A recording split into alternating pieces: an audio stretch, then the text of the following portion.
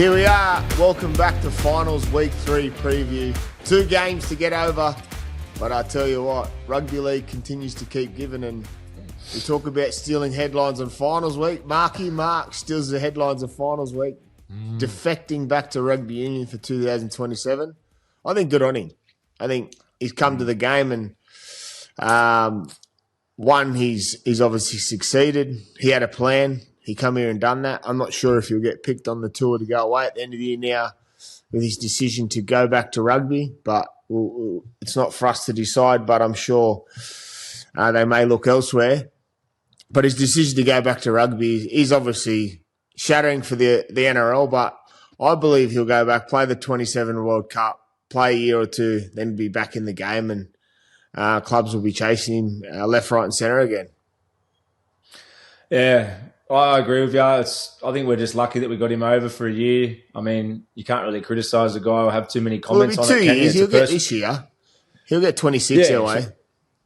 Sorry, 2 years. But, yeah, personal decision. He obviously came over, wanted to chance his arm. He's obviously, by saying that, he obviously prefers rugby union in his core. Like, he's obviously a rugby union bloke. If he's deciding to go back, only a short time in rugby league. So that's obviously where his heart's at. And obviously playing in the World Cup.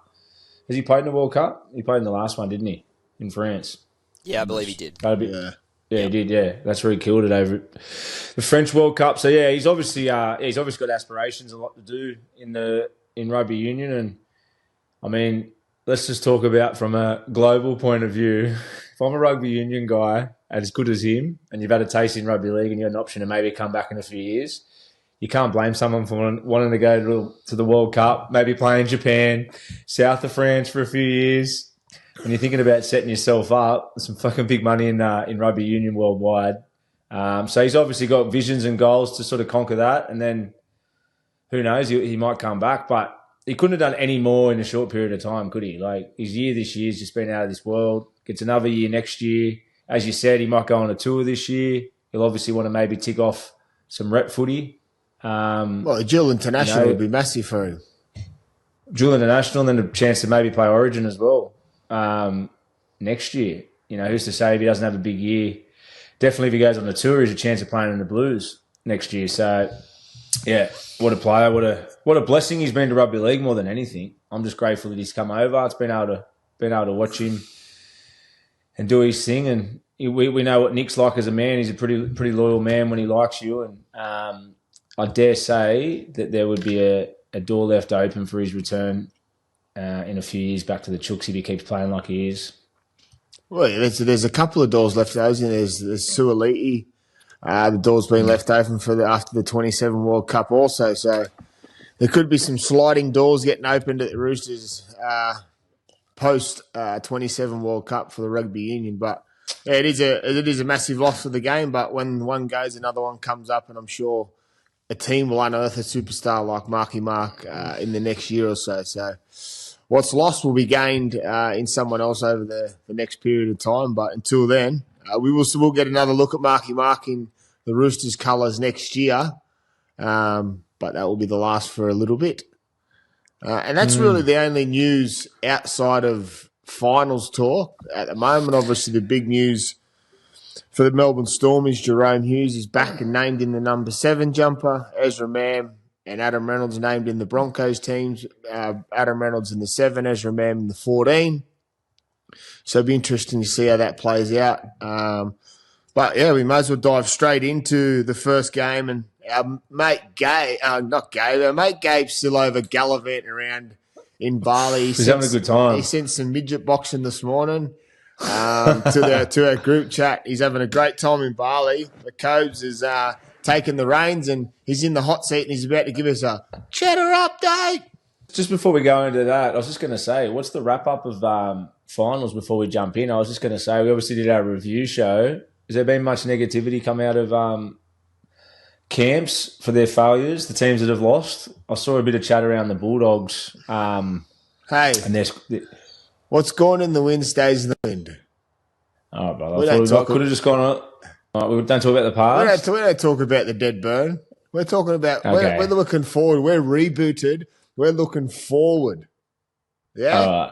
I'll put the water on the fire and we'll start a new one. I just after lit grand the flame. final week, we'll give the fans and the supporters of the show the credit they deserve, and we'll give them a full review of each team, where we thought they went wrong and where we thought they went right, and what they can do better for 2026 to be a top 8 team or even win the grand final. That's what we'll give them. But no point in talking about them on finals week if you're not playing this week and you're not getting spoken about.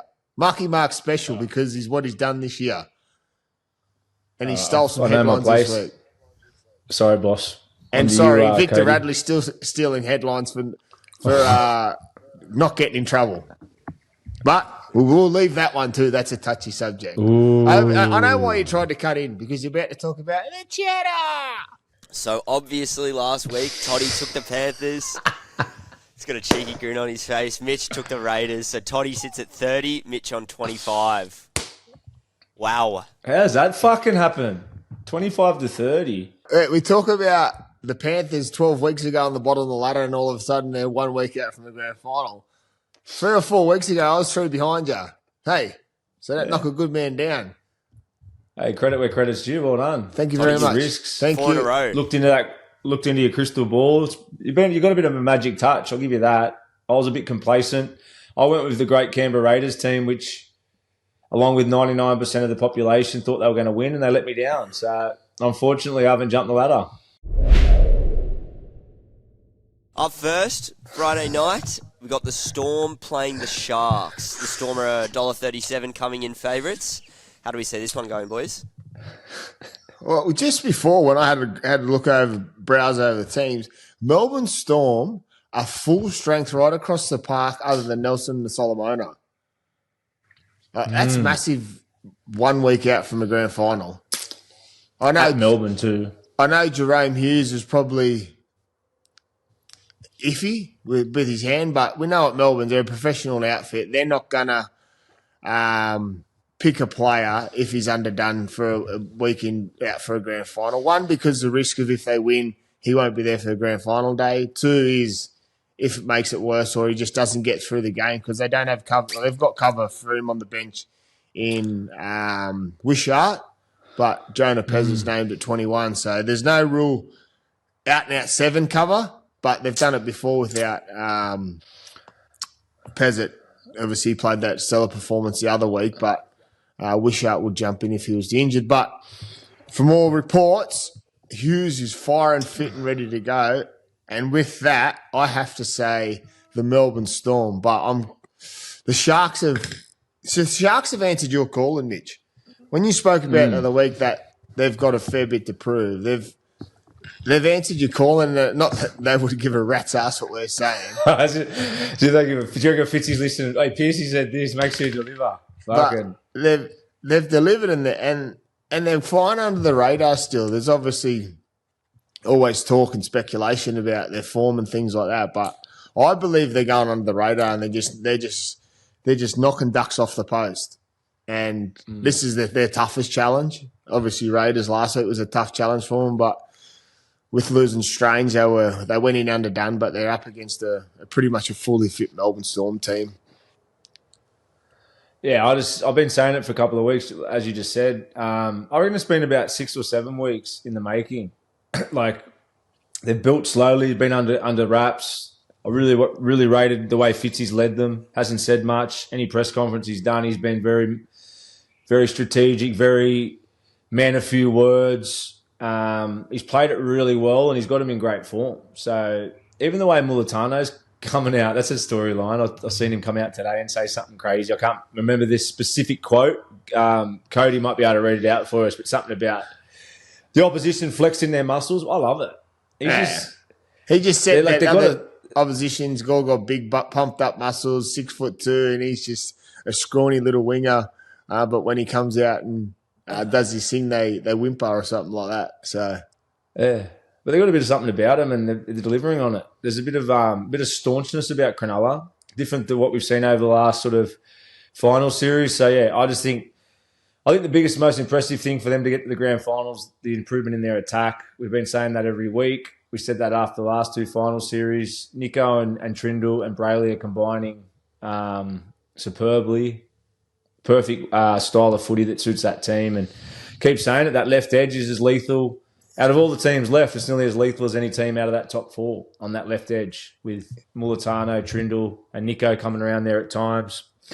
Getting the ball on both sides of the field to Iro and Jesse Ramian. So, yeah, I love the whole dynamics of the group. Brayley's just hit his straps coming at the perfect time, a bit like Walshy for the Broncos. You know, sometimes when you get your best players have their little purple patch going into grand finals, there's usually a fairy tale finish. We've seen it plenty of times in history. So, and Brayley, I know he's not the same type of player as Walshy, as flamboyant, but in his own way, he's just as brilliant. And he's their X factor, and he's found his purple patch, and he can do anything.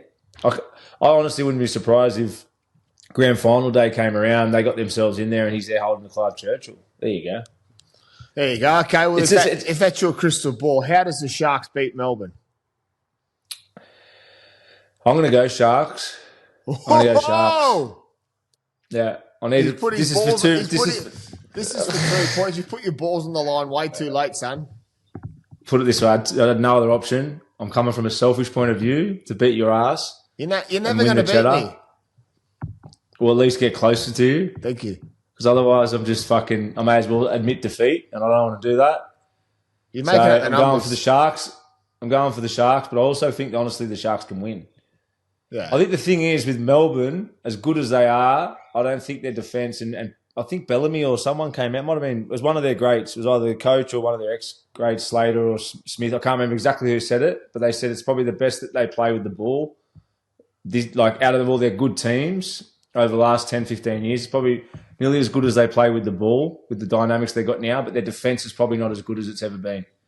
They leak a lot more points than they have as in traditional Melbourne sides.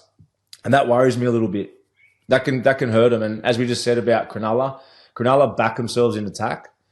And if they're going to win this game, they have to score points. And I reckon if ever playing Melbourne in a major semi and being able to score points, I think it's now.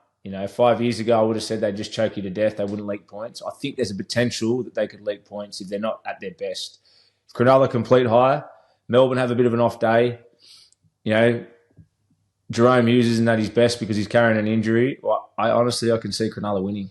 And there's a bit of my own motive talking there with the cheddar, but the more you talk about balls on the line. Yeah, if you're throwing your balls on the line, but the more you talk about it and you break it down into that smaller detail thing, you put fear. You put a fear factor in me for someone going for Melbourne, but as we say, we try and break it down best as possible so you can have a little dabble on it.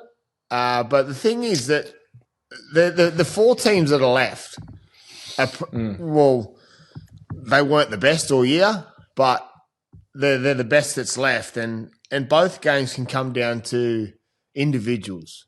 And we've seen what the Sharks have done with their individuals over the last few weeks. I think Nico Hines and Trindle have found that balance, and that balance has come from the way Brayley's playing his football. They've gave him, like I said on the early show this week, he's gave him some freedom and balance to play their style of footy, not worry about the organisation of around the ruck or worrying about having what's coming at him. He's given him the ball at the right time, but also changing the way he's playing to give himself some freedom around the ruck, not jumping and having numbers on him. You watch every time he runs the ball, he's got freedom and space to run. Every time he jumps down the left side of the beyond markers, he's not getting hands laid on him. He gets hands laid on him ways he gets to the defensive line, but markers don't get onto him because they're worried about if he's going to jump right and play through the middle or he's going to play early to Nico or Trindle. Yeah, so I'm with you. I think Sharks can still win, but I'm with Melbourne, one, because it's down there. Melbourne, history shows what they do in finals football down there. It's a 2016 grand final rematch. And it's a 2023 grand final rematch for the Broncos and Panthers. But I think Melbourne, with Hughes coming back in and what they've been doing, as you've spoken about it before, when you've got your talkers and your players that are so dominant, they also help in defence. It's not just attack. And I think Jerome Hughes does that for him. He keeps them guessing. He keeps them on their toes. He's always up. He's never waiting and anticipating for the play not to come his way. He's always got his edge up, ready to defend if they come at him. He's in control of the set even when he doesn't have the ball, I think, Jerome. And then that trickles across the whole team for them to be on. I know Cronulla will make a mark's answers. Penrith Storm need to be squeaky clean. I think they need to starve Cronulla of the ball. They need to get in their groove first. I think if Cronulla can get a jump on them early, they can have joy. But if we look at the contest, let's go into the contest, just dig right into it. So if you said, where's the game going to be won? You look at both kicking games. I think Trindle's been kicking as well as most halves. He cage kicks nearly as good as most. I would say Jerome's kicking game is better, but he can kick well. He can put his team into corners. Then Nico's running game compared to Munster, like that's obviously a big battle. You'd like to think Munster's probably the alpha there, but I can see Nico having a really good day. I reckon it comes down to the two nines. We spoke about it. There's not many nines that can run the ball like Harry Grant. And any half opportunity, he's running and he's getting momentum for his team, where Brayley is probably the only other nine that can go with him at the moment playing that style. And if their middles can win the ruck and they complete high, Brayley out of there, running and getting his dummy half carries up near 10 for the game, I can honestly see Cronulla creating a lot of momentum. Like, that's got to be the plan, is complete high, Brayley getting out off quick play the balls and pushing, and then Nico just playing off the back of it. But I wouldn't have said 10 weeks ago when Brayley wasn't running as much, a plunk coming up against Harry Grant, I think they would have eventually just kicked the door in. But those battle of the nines now, the way he's playing, he's the only one that could probably go with Harry around the ruck and pick his moments there. And if they do that with the size of with the pack that they got, like the ability to offload for Noah Blakes, these type of guys and their centres and back rowers, they could fucking cause some havoc. They really can. Yeah, well, am I turning your opinion or what? Nah, I'm still going to go for Penrith Storm because you talk about it. If we're going to go set for set, very like for like with what you said. They both box kick. They both kick to a cage and they're outside backs and fullback chase down and put pressure on the catcher. So it's going to be the team that comes up with the first error. But you spoke about it. Munster, he'll be in everything. He's obviously he uses confidence in this time of the year. I just think the way Storm play their football from the back end will be able to isolate Cronulla. But obviously what comes with that is it comes with a chance of an error. But Melbourne probably do it the best out of their own end, other than Penrith. They like to play footy when they can. They get to a right spot of the field or a left side, and then they play hands through the middle and create that opportunity to go forward, but then they all of a sudden throw out the back and find their back rowers early, then to get into Nico and Trindle to make them make tackles, and then they go to work with Harry Grant, Munster, Hughes, jumping around the ruck and playing their footy. I think Pappenhausen's due for a big game. I think he's been up and down this year, and I think he's due for a big one. I think he'll be a week off. I think the week off will do Melbourne so good. They would have had a lot of time to prepare and ready for it. They play their own style of footy, so whoever they're coming up against, it wouldn't change too much. But I think, I'm going to stick with the Storm. I like the detail you've spoken about the Sharks, and come Saturday morning the Sharks win, we can look back at this and probably say, well, that's where it went down and that's why it happened, and there could be no surprises. But for me, my crystal ball says it's going to be a Penrith-Melbourne grand final. Again. When was the last one? 5 years ago. Was that the last one? When Melbourne won? Last year. Oh, last year. Last year, Sorry, last year. 20, twice. Melbourne beat them in 20 and then Penrith won the last 4. Penrith won. Fuck. Oh, it's crazy, isn't it? It's insane. Mitch, you spoke about the two dummy halves sort of jumping out and getting their team on the front foot. Can you give us a bit of an insight what that does from a halves perspective, like in terms of time and building that momentum? Yeah, well, it's just the way the game's played. Like for the fans, if you get a quick play the ball, the space is around the ruck. That's where you play. But most teams that don't have a dominant 9 can't capitalise on that because their 9 doesn't have the awareness to know when to go. B, they might not have the speed and deception to get out of there. And yeah, pretty much that. So I think the best nines in the game, create momentum around there. And we spoke about it in our earlier podcast that sometimes it's not just when it's a quick play the ball. Sometimes they've got the ability to create the quick play the balls, which is their deception, their ability to get their middles one-on-one, then creates quick play the balls for their halves to step up. So it all comes off the nine.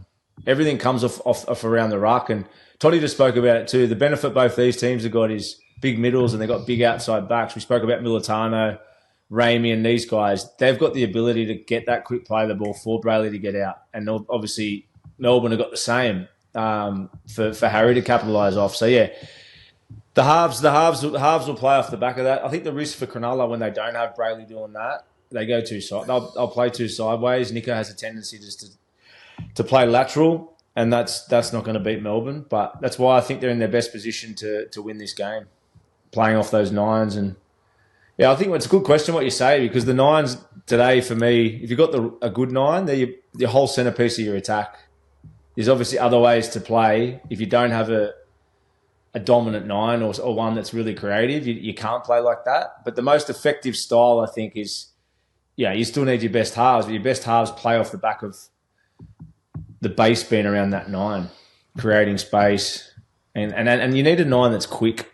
For me, you need a quick nine. You can't. It's the days of a slow nine are gone. The new age nine needs to have the mindset of a seven. I reckon they've got to understand what the seven would be thinking if he was at nine, and what they're thinking. They've got to have that balance to know. Okay, when he wants the ball, because the 7 and 6 always want the ball. We always demand the ball. On a quick play the ball, we demand the ball because we can see space. But as you just alluded to, the space is in around behind the ruck because if there's a break made or someone's made a quick play the ball, the edges, still hold their width. That's their job, hold width, and there's positions on the field where they hold. And then all of a sudden this middle is fractured by someone making a quick play the ball or someone making a break. When you make a break, the middles migrate back to the person making the break. So the spaces can either come in the middle or a little bit wider. It's knowing what's your cues to either hit your half when he wants it or if it's to run. And at the moment, the both nines have got that balance. They're not afraid to look to their 7 and go, I'm going to hit you, but then run themselves and use someone down the other side because they've done it and it's worked before. And this is the thing we've spoken about, Brayley. He started to evolve in his game by using deception, having dropping blokes under, not just running. When you do a review on Brayley, he's going to run and he'll run. He'll tuck his ball under his arm and run. And that's to his left side. And when he jumps out right, he does that. But now he's got a tendency to jump and play footy. So then you've got to be aware at Mark, okay, well, if he jumps and plays footy, you've got to expect his middle guys coming back through the middle because he jumps out and does the double drop or he jumps out and plays square and plays direct at him. So you've got to expect it. You're not just, high alert, here comes Brayley. Now it's Brayley and Fanua Blake and those guys coming with him. And then you've got to worry about what's going to happen on the outside of that when he rips the ball out the back to Nico and Trindle. And then on the flip side to that, you've got Harry Grant doing the same thing. He jumps one way and bounces back to left, hits his halves, and he's got Pappenhausen back through the middle. Or he's got Ukamano on the left side, and then he's got another big middle coming down the other side. He does it great on the short sides, looks to go open, plays it lazy back to short side with Munster. So they've both got deception, and they can challenge the line without worrying about their halves anymore because they're in control of what's happening around the ruck. Sunday Arvo, Broncos Panthers. This is a strange one. Grand final rematch. Broncos at $2.25, Panthers favourites $1.65. How do you see it? This is a weird game. Sunday afternoon for Penrith. So the game's at 4 o'clock Sunday afternoon. Will be done by 6. They'll push to get the late flight out. So Penrith will be in Brisbane Monday morning if they were to make the grand final with a 6-day turnaround where Melbourne or Sharks will finish Friday night and they'll have Saturday, Sunday to recover into grand final prep. Obviously, well, I don't know how it's got to be the way Channel 9's played it. The AFL grand final on Saturday night, is it? Yeah. So they've had a crash collision with the AFL Grand Final, I reckon. Is that because they're lower on the ladder that they get the disadvantage? No, well, it was Melbourne were the first team through. Melbourne won first. Yeah, that's what I mean. So they get. Oh, okay. Not from the. I thought it could be possibly from the position of the ladder that they get an extra day because they finished the regular season higher. You know what I mean? If they see that as a benefit, but because Penrith finished lower, they get kind of makes sense. I don't think so. Why else I'm would not they too sure. sacrifice them It for would that? come down to TV rights because it comes down to TV rights, doesn't it? At the end of the day, it's grand final week for either team. They're gonna be up for it, but it's just that short window of the head knocks, the I don't know. Probably looking into it too much, but I did say my cheddar is the Penny Panthers. So they've been good to me the last few weeks, and I'll continue on my swan song to winning the cheddar. Not that there's nothing coming from it. You wouldn't put your hand in your pocket. I can't go against fucking Penrith. In saying that, Broncos. Okay, let's go in a bit deeper. We just went into detail about Bulldogs instead of just saying who we think's going to win.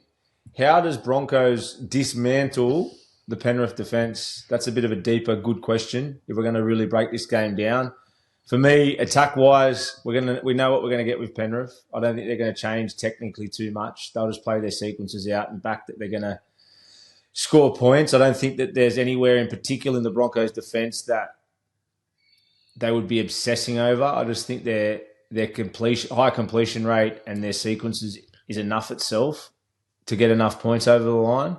But for me, it's Broncos need to score more points than Penrith. Obviously, that's where footy's won. But I think they'll have to score 20-plus points to win this game. Where do they come from? Well, it's Walsh. Where do they come from? Does it come on... Yeah, but where? There's a bit of vulnerability, they say, on the left edge of Penrith. We spoke about it briefly earlier in the week that the left side of Penrith leaked a lot of points against the Bulldogs in the weekend, but then that's going away from Walsh's strength to play left. Well, yes, he can play both ways, but he's got a tendency when he goes to the right, he stops and starts, and he doesn't have as good as pass to the right than he does to the left.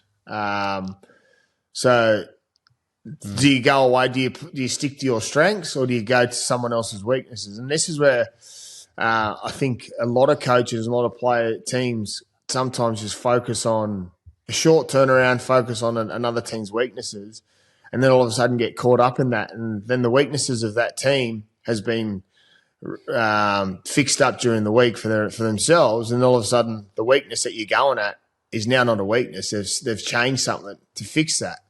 And then all of a sudden, yes, you've got to go back into your what you do better. But I always just believe you just got to stick to your guns. They've been doing it all year. Walsh is dominant on that left side. You've got Hunt and Reynolds back in the halves together. So obviously Reynolds will be on the right side taking a lot of the control of the kicking. For me, if I was the Broncos, I would let Reynolds steer the ship, go both sides of the field. And then if it was going to the left, I would have Walsh on the open and Ben Hunt sitting short side. Then if the same thing come the other way, I would get Ben Hunt to sit on wide four short sides the whole day and let Reynolds and Walsh take control of the long plays. And then if they fall longer, they can all triple up together. So all three halves play together. 6, 7, and 1 play together on the long shape, which they do well. They started doing that double up shape without the back. Ezra, I think Ezra will cause some damage if he does come on. I reckon he'll start. But it'll be interesting to see how it all plays because they've got Tyson Smoothie at 13.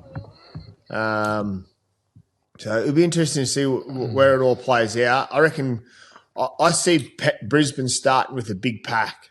I reckon they'll bring someone off their bench will come on and start at 13. Carrigan's a massive out. Carrigan's a big out. Massive out. I think the thing for them is that you talk about Walshy just playing that jack in the box. I reckon that the little moments is what's going to make a difference. Like it did against Canberra. It wasn't set pieces. against Canberra. It wasn't set pieces that got him into the finals. It's him. It's like you said, it's him doubling up short side, playing short, going again, making line breaks around midfield, getting Katoni Staggs one-on-one. Like, that's the footy that's going to bring down Penrith. Going down there and just completing and trying to get them with set pieces. I just think Penrith in big games, too calm, too composed. Like, they'll just get up, they'll squeeze you. They're just too methodical. And as we said on the last show, they're not affected. They don't get anxiety. They've been here, done that. They're the predator. They're going after you. They're suffocating and they get off on it. I think what pulls their pants down is the unpredictability. We saw it in Queensland with Nath as well. At times, and the Penrith crew in the Blues, when Queensland just played with a different, unorthodox style, it threw off their systems. So I think that's the style they'll play. I really think that's the way they've been playing. That's what they'll play. It'll be midfield shapes. It'll be taking opportunities when you see them. You know, it might be on play 2 or 3 in yardage. Get the ball to Walsh, you play eyes up. Little moments like that for me is what's going to... I can see them blowing them off the park if they capitalise on that sort of stuff. I can see that. I really can.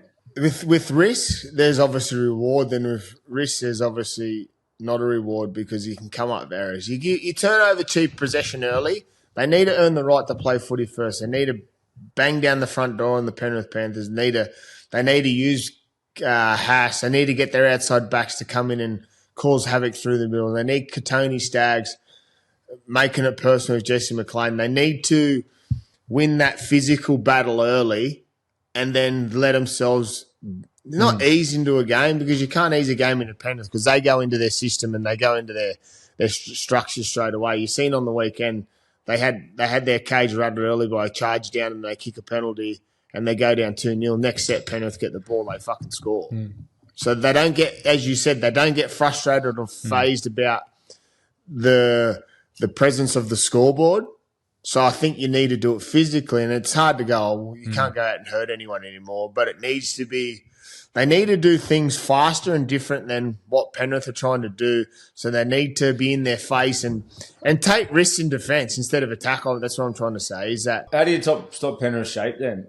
I understand what you're saying, and we used Penrith. I know it's a different team. It was the Blues, but Billy Slater's game plan in Game 3 when they just jammed every play. Remember, they were just hunting as a group, pressuring the fucking halves of Penrith, knowing that Nathan always plays that really square line. By the time Nathan went and played square and then looked to play out the back, they were already layered. Queensland I'm talking about. And you think about the way that... but Queensland are a different team than the Broncos. Yeah, no, but I'm just asking you, well, how do you stop it then from a Penrith point of view? I'm just using the Queensland example. They've changed the way they're playing a little bit because Isaiah's not so much saying the block play. They're going tip, tip, tip, block. So the pressure that's coming from inside now needs to come from the outside, because all of a sudden when Isaiah was coming at you with an inside rail and an outside rail, and then Nathan or Dylan Edwards out the back or Blaze Talangi, you could hunt from the middle and map out. But now it's coming tip, tip, tip. So all of a sudden, if you shoot there and then go like that, there's a short pass in between that, and then they're getting Lindsay Smith to play the block play at the back, or they're getting one of the Eisenhower for someone to play the tip play or the block play at the back, or Isaiah goes too wide instead of in your face. And then all of a sudden they've got their option to bring Tago and McLean back through the middle like they were doing before. There's all pieces of the puzzle that I think we'll see in Penrith's defence. They will come in different layers in attack again. They had a plan to beat the Bulldogs. They'll have a plan to beat the Broncos. And that could be by kicking early. But yeah, then that's the beauty of Penrith at the moment, that they've got different layers to their game. We see them at the start of the year when we spoke about the way they were playing in Vegas, very, very distant from the defensive line, going across field, dropping blokes under. And we asked Nathan in the when we had our interview with him, we asked him about it, and he just said, "I can't explain why. I'm not telling you why. You will see as the season goes on." And all of a sudden, that's gone out of their game. Does that resurface itself? Does it come out again this weekend? All the stuff. The reason you got so much confidence in Penrith because they've won, but it's all this stuff, isn't it? They got layers to it, like you said. They're going to have a strategy that's adaptable to the game, and they're going to have it all mapped out and playing in periods where the Broncos, for me, their best chance of winning. I don't think they've got that strategy. They're not that type of team. Their team is power, youth, speed, and belief in their system, brilliance.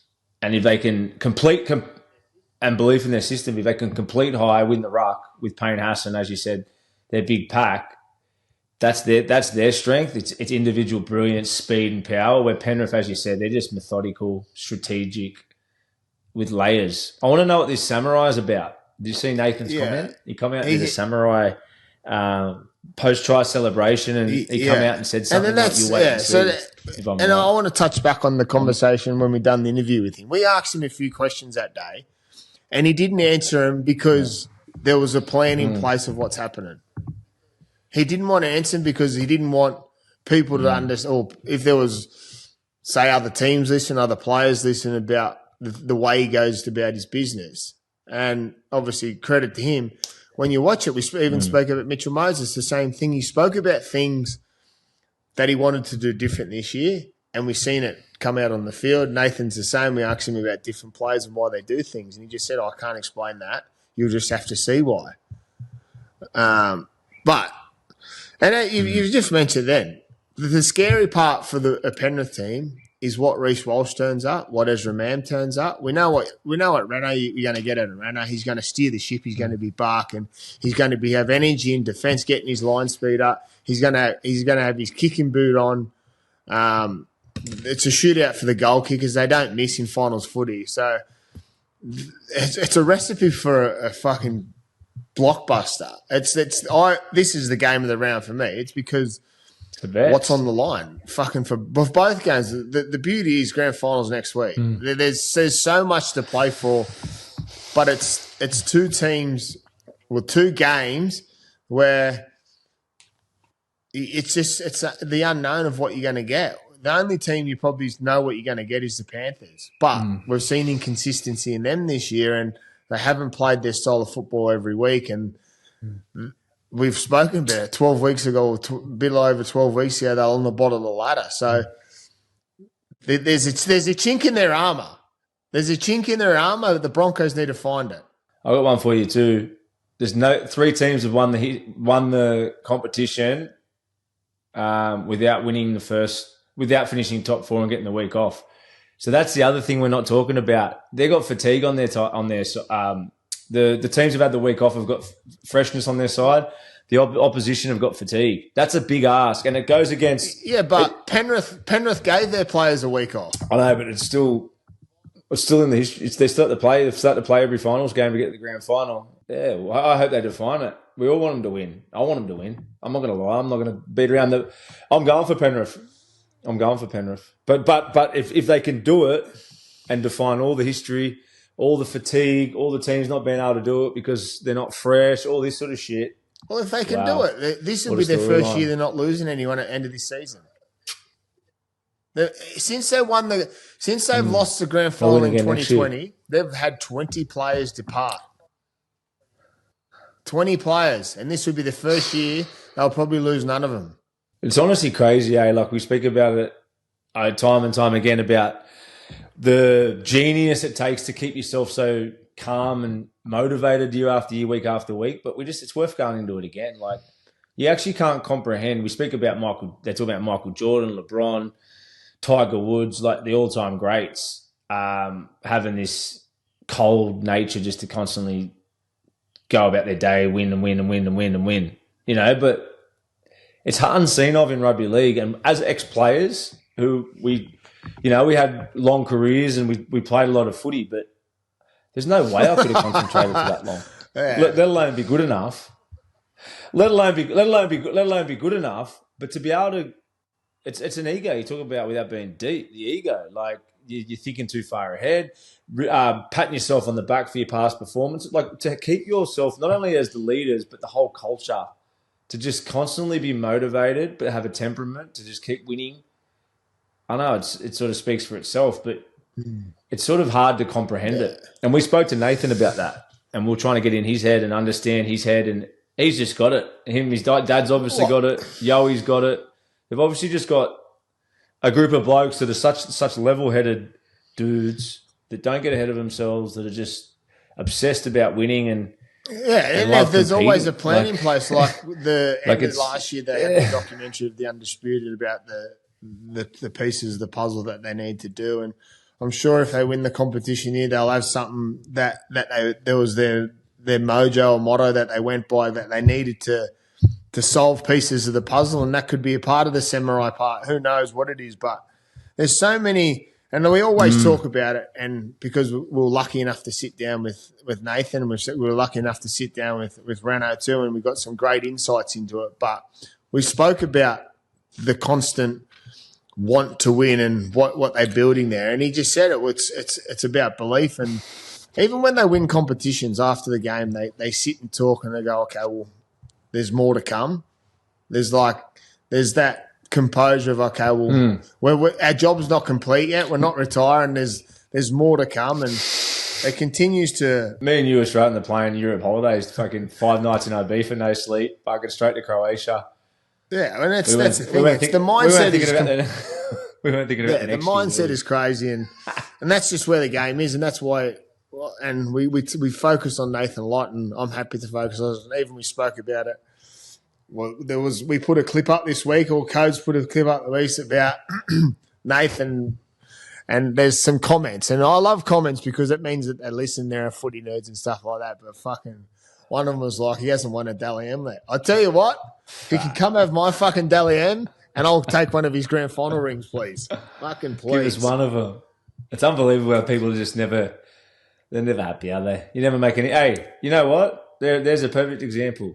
Even Nathan Cleary gets bagged. That's a good saying. You used to say, even Michael Jordan gets bagged, even LeBron, even Nathan Cleary gets bagged. There you go. Yeah. So if Nathan Cleary gets bagged, we all get bagged.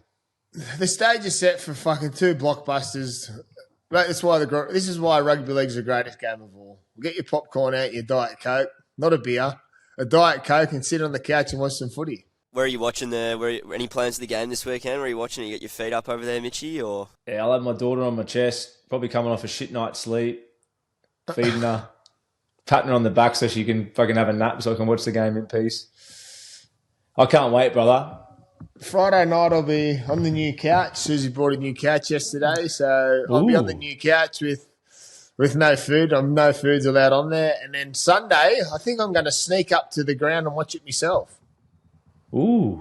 Sell out, yeah, obviously. So sell out, yeah, I'll try and use my Triple M pass to get in. And just go try and fucking sit and watch somewhere. How'd you not get a start doing the game? No, they got the big guns in. James Graham and Webke, Dobbo on the sideline, Charlie producing. The big guns step up for big days. 6 and 7 should be there, bro. I'll be sitting watching, mate. Hey, I'm happy to be a spectator watching this one. I'm fucking happy to expect it next. And then, grand final weekend, I'm fucking strapping the boots back on. I'm playing in the Townsville Mendy Nines for the Titan of Coal. Oh, yeah? Yeah. On grand final day. Tell me I'm going to get through it. You been training?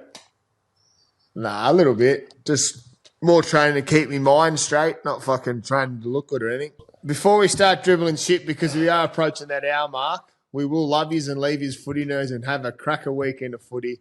And we'll see you next week for a grand final spectacular. And like I promised at the start of the show, we'll give yous the love yous deserve, and we'll break down every team at the back end of the year. It'll take a few days, a few mornings, but we'll get it done for yous.